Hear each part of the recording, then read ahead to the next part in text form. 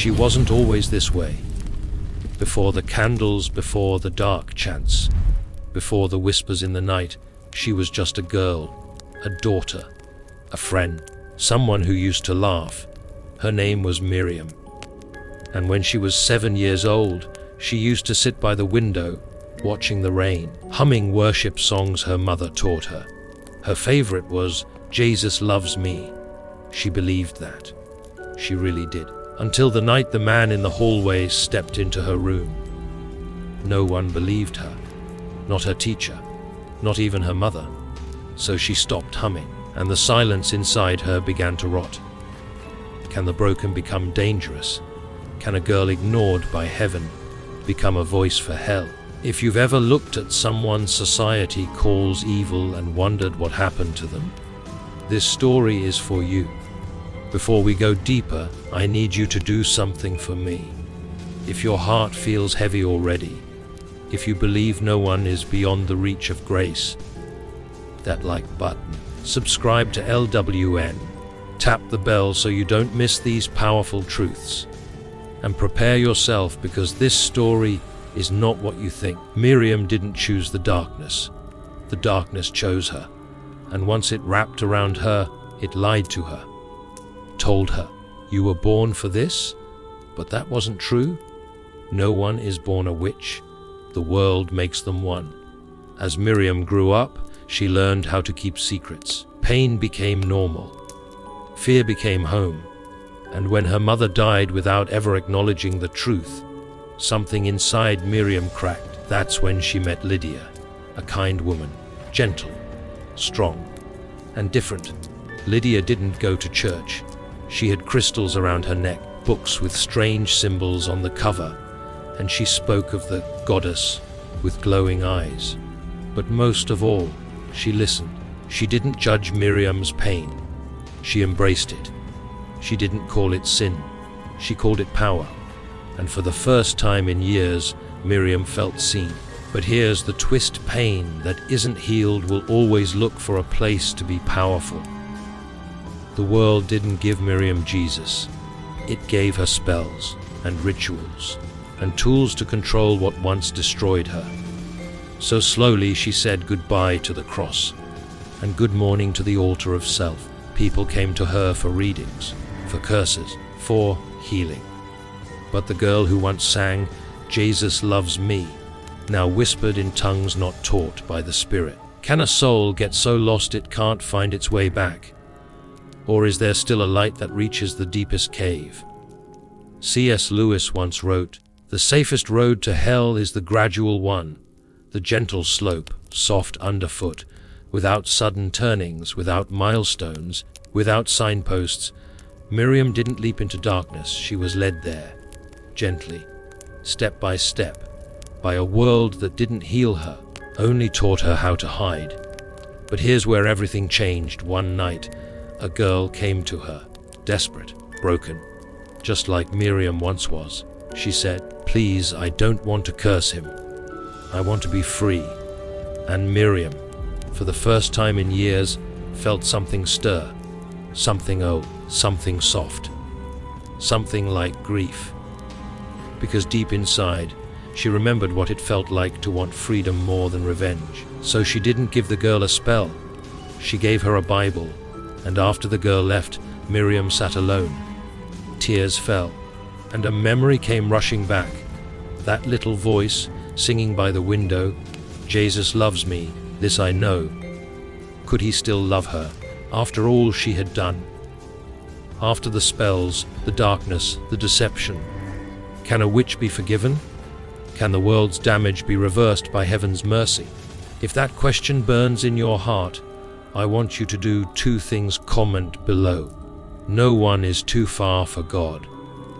Share this story with someone who thinks they've gone too far, because what happened next in Miriam's story proves nothing is impossible for the one who still calls the broken by name. The Bible was old, tattered, dusty, and untouched for years. Miriam didn't even remember where it came from. Maybe her mother's, maybe her grandmother's.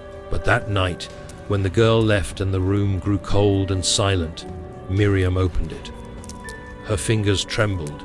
The pages felt foreign, like a language she used to speak but forgot how to understand. And then she saw it. Psalm 34:18. The Lord is close to the brokenhearted and saves those who are crushed in spirit. Crushed. That was the word. Not evil, not wicked, not unredeemable. Crushed. She fell to her knees. Not out of religion, but because something inside her cracked wide open. Not everything that breaks turns into bitterness. Some things break so light can come in. Miriam wept, but not the tears of someone grieving her pain. These were tears of realization, of knowing she had tried to fill a spiritual hole with earthly power. How many people do we judge for what they've become, without asking what broke them first? Her rituals had never healed her. Her candles had never comforted her. Her goddess had never answered. But that old, worn-out Bible, it spoke directly to her spirit. She didn't pray out loud. Not yet. She just sat, quiet, listening. Waiting that night, she didn't hear voices. She didn't see visions, but she felt a presence. Not loud, not demanding, just present. And it was enough to make her wonder if maybe, just maybe, Jesus hadn't walked away after all. C.S. Lewis once said, "Though our feelings come and go, his love for us does not." Miriam didn't feel worthy, but she started to believe he was still near. The next morning, she did something unthinkable. She went to a church, not to be seen, not to be welcomed. She actually expected to be rejected. But a woman in the back pew looked her in the eyes and whispered, "I don't know who you are, but God's been waiting for you." And Miriam broke again. Not all brokenness is the end. Some of it is the beginning. She didn't rush to the altar. She didn't shout. She just sat. And in that quiet space, she made the first decision she had made in years that wasn't rooted in pain. She chose truth, and truth started pulling her out of the grave. Because make no mistake, witchcraft doesn't begin with power. It begins with wounds, with a search for control when the world gives you none, with trying to become untouchable, because being touched meant being hurt. But Jesus never forced himself on Miriam. He waited until the masks came off, until the chants grew silent, until the pain finally had a voice. And when it did, he answered. Can a soul trained in darkness learn to love the light again? The process wasn't easy. Miriam had to unlearn years of lies. She had to destroy the altar in her home, literally. Break the tools, burn the books, delete the client list, and more than that, forgive those who made her believe darkness was her only choice. Forgiveness didn't mean forgetting. It meant releasing the grip the past had on her identity. She wrestled. Oh, she wrestled. Nights came where old spirits whispered, "Come back, you were powerful with us." And she was tempted, because the truth is, deliverance is not just one loud prayer. Sometimes it's a daily decision. But every time she thought of going back, she remembered that verse, "The Lord is close to the brokenhearted." And one night, she added her own words, "And He is close to me." If you're watching this right now and wondering if your past is too dark, too dirty, too demonic for God to redeem, you're wrong. Nothing is too broken for the hands that made you. In fact, I want you to pause and do two things. Comment below, "I belong to the light." Tell us, have you ever seen someone trapped in darkness who didn't even know how to ask for help? Your words could encourage someone else. You don't know how many people watching are one word away from returning home. And if this is touching your heart, don't just watch, be part of this journey. Hit like, subscribe, tap the bell. We're not just telling stories, we're exposing darkness with grace, because something is about to happen in Miriam's story that will remind you, when God redeems a life, He doesn't just clean it, He anoints it. It had been 6 months. 6 months since Miriam burned her books, 6 months since she turned away clients. 6 months since she whispered, "Jesus, if you're still there, I'm ready." But this wasn't just about leaving darkness. It was about becoming light, and Miriam had no idea what God was preparing her for. You see, when Jesus heals you, he doesn't just close wounds. He gives those wounds purpose, and the very thing the enemy used to destroy you, God uses to deliver others. That's what happened when Miriam met Alina. Alina was young, 17, angry, tattooed with symbols Miriam knew all too well, the kind of girl most churches would ignore, the kind of girl Miriam used to be. She showed up outside a shelter where Miriam had started volunteering, silent, shaking, and holding the same book of spells Miriam once owned. When their eyes met, Alina looked at her like a mirror, and Miriam knew this was it. This was why God saved her, not just to be rescued, but to rescue. She didn't preach. She didn't condemn. She just said, "I used to hold that book too, but it never gave me peace." Alina didn't respond right away, but she came back the next night, and the night after. And within weeks, that book of spells was gone, replaced with a Bible Miriam had once been afraid to open herself. This is the power of redemption, not just a second chance, but a new identity. The Bible says in 2 Corinthians 5:5, "Therefore, if anyone is in Christ, he is a new creation. The old has passed away, behold, the new has come." Miriam wasn't a witch anymore. She was a warrior, a witness, a weapon in the hands of a merciful God. And here's what the enemy will never tell you. He's terrified of people who escape his grasp and come back for others.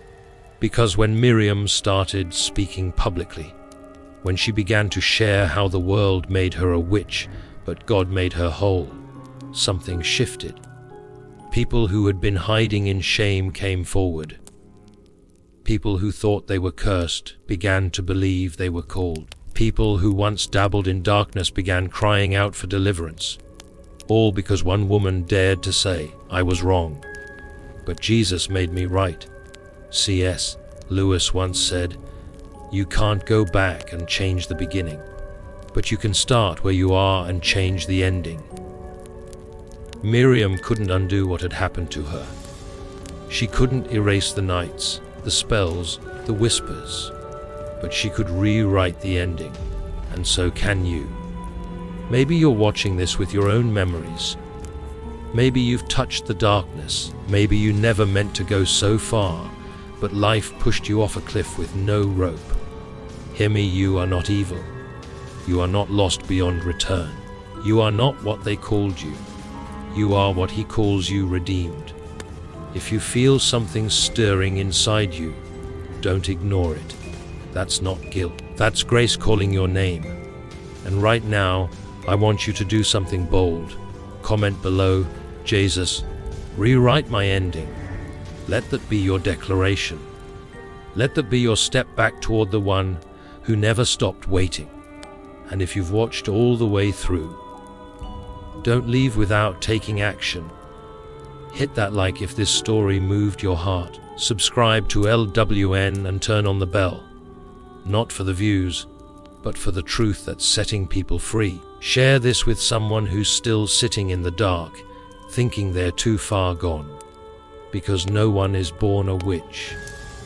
The world may hand you pain, manipulation, and lies, but only Jesus can hand you back your soul. So what happened to Miriam? She didn't just survive, she thrived. She married. She started a ministry. She adopted a girl who had once been trafficked and told she was cursed. And every Sunday, you'll find her sitting in the front row of a little church, singing the same song she did by the window as a child. Jesus loves me.